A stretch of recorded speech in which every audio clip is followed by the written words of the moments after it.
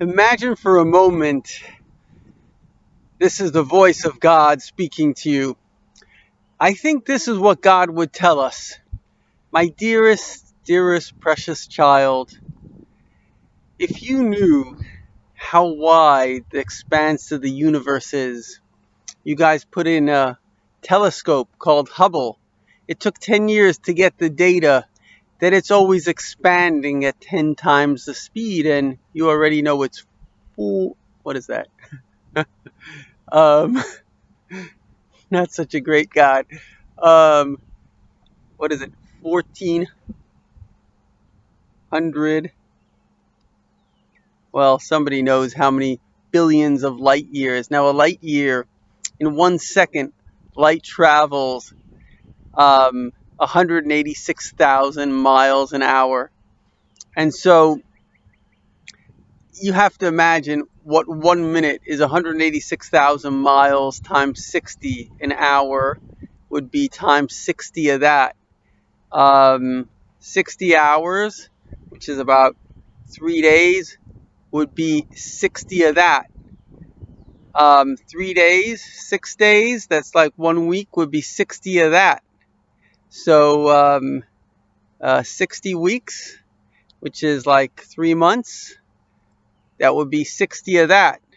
The point is, it's so distant and it keeps on expanding. My love for you is infinitely more than that. So you ask yourself a question: if you love me so much, and this is what really bothers people, God, I believe in you, but why aren't you giving me what I want? But imagine now we reverse it, and you're God, and I'm your child, and I ask you that question: why aren't you giving me what you want? What would you say? You would say, you foolish, foolish, foolish, foolish thing. Don't you realize that I am giving you what you want? You don't even know what you want. Don't you realize that wanting is like a child, that they say, I want this, I want that, whatever you want, you'll just want something else? Don't you realize that all of life is something that's expanding your consciousness to realize what is worth wanting and what is not worth wanting? And the final thing, if I were God, I would say to you, my dear precious child,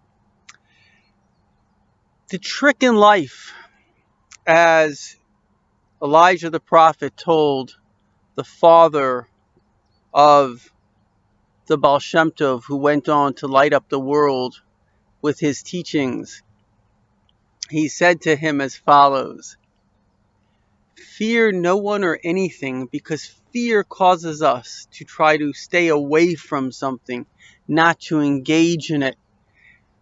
It's the cause of all mental disturbances. Imagine you didn't fear anything. You knew you were safe. There's nothing to worry about. You fear no people and no one. Imagine that feeling for a moment. But now that you're lucky, first time in history, most people don't live below $2 a day, that have freedom and the ability to express their views. Now that you're so lucky, instead of wasting your life on stupidity, certainly not on anger, on radical movements that are really about somebody's ego and putting someone down, love everyone, because you're all part of me. You're my soul in different bodies. Love unconditionally, just like you want others to love you, no matter what you did. We've all made mistakes. Even God has sometimes feelings that he has regrets, like he said by the flood. I regretted.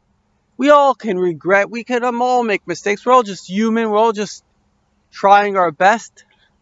So forgive, forget. It's not a big deal. Everybody made a mistake. Your expectation on your father, your mother, that they should have been perfect. You were a child. It's a ridiculous expectation. When you're a parent, you know that's not possible. Just love unconditionally. And that is your very best.